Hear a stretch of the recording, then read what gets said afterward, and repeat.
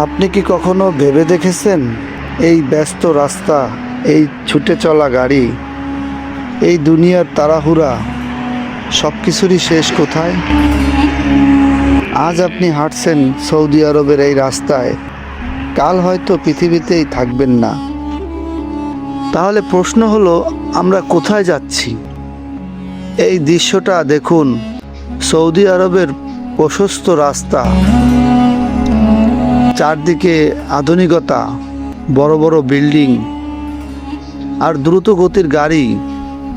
এখানে কেউ থেমে নেই, সবাই ছুটছে, কেউ কাজের জন্য, কেউ রিজিকের জন্য, কেউ স্বপ্নের জন্য। কিন্তু একটা জিনিস কি আপনি খেয়াল করেছেন? এই যে হাজার হাজার মানুষ, তাদের প্রত্যেকেরই একটা নির্দিষ্ট গন্তব্য আছে। কেউ অফিসে যাবে, কেউ বাসায় ফিরবে, কেউ ব্যবসা করবে, কিন্তু একটা গন্তব্য আছে যেটা থেকে কেউ বাঁচতে পারবে না, সেটা হলো মৃত্যু। এই রাস্তা আসলে আমাদের জীবনের মতো। রাস্তা যেমন শুরু হয়, তারপর দীর্ঘ পথ, তারপর একসময় শেষ, ঠিক তেমনি আমাদের জীবনও শুরু হয় জন্ম দিয়ে। তারপর সময়ের সাথে আমরা বড় হই, দৌড়াই, সংগ্রাম করি, আর এক সময় সব কিছু থেমে যায়।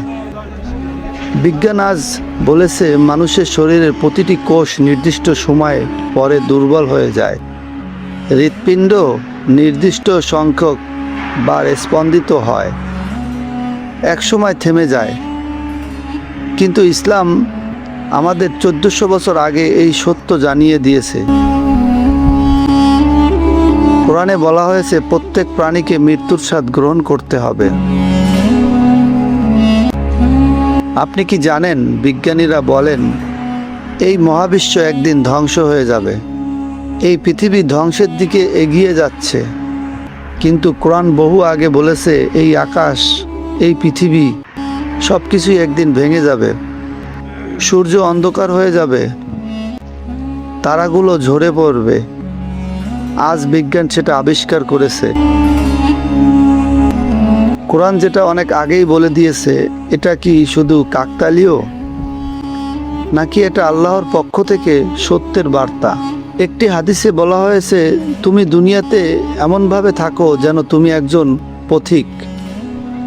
ভাবুন তো, একজন পথিক কি করে?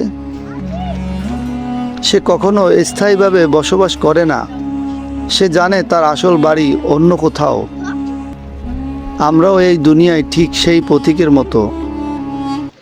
এই সৌদি আরবের রাস্তা, এই বিল্ডিং, এই গাড়ি সব কিছুই সাময়িক। আপনি যে দেশে এই ভিডিও দেখছেন, এই সৌদি আরব, এটা শুধু একটা দেশ না, এটা ইসলামের কেন্দ্র। এই মাটিতেই নবীজি সাল্লাল্লাহু আলাইহি ওয়াসাল্লাম হেঁটেছেন, এই মাটিতেই কোরআন নাজিল হয়েছে, এই মাটিতেই ইসলামের সূচনা। এখানে আপনি রাস্তা দিয়ে হাঁটছেন, কিন্তু হয়তো জানেন না এই পথেই একসময় সাহাবারা হেঁটেছেন। তারা দুনিয়ার জন্য দৌড়ায়নি, তারা আখিরাতের জন্য জীবন দিয়েছে। আজ আমরা ব্যস্ত, টাকা নিয়ে, কাজ নিয়ে, জীবন নিয়ে, কিন্তু একটা প্রশ্ন, আমরা কি আল্লাহর জন্য ব্যস্ত? আমরা কি নামাজ ঠিক মতন পড়ছি? আমরা কি গুনাহ থেকে বাঁচছি? আমরা কি আল্লাহকে স্মরণ করছি? রাস্তার এই গাড়িগুলো যেমন থামে না, ঠিক তেমনি আমাদের জীবনও থামছে না। সময় চলে যাচ্ছে, দিন চলে যাচ্ছে, আর আমরা ধীরে ধীরে এগিয়ে যাচ্ছি আমাদের শেষ গন্তব্যের দিকে। আপনি কি জানেন, প্রতিদিন হাজার হাজার মানুষ মারা যাচ্ছে? কেউ সকালে বের হয়েছে কিন্তু আর ফিরে আসেনি। কেউ গাড়ি চালাচ্ছিল, হঠাৎ অ্যাক্সিডেন্ট। কেউ সুস্থ ছিল, হঠাৎ হার্ট অ্যাটাক। মৃত্যু কখনো বলে আসে না। হাদিসে বলা হয়েছে, মৃত্যুকে বেশি বেশি স্মরণ করো, কারণ এটা আমাদের অহংকার ভেঙে দেয়, আমাদের সত্যের দিকে ফিরিয়ে আনে। আজ যদি আপনার মৃত্যু হয়, আপনি কি প্রস্তুত? আপনার নামাজ, আপনার আমল, আপনার গুনাহ, আপনি কি আল্লাহর সামনে দাঁড়াতে পারবেন? এই প্রশ্নগুলো আমাদের ভাবিয়ে তোলে, কিন্তু আমরা এড়িয়ে যাই। আজই সময় নিজেকে পরিবর্তন করার, আজই সময় নামাজে ফিরে আসার, তওবা করার, আল্লাহকে স্মরণ করার।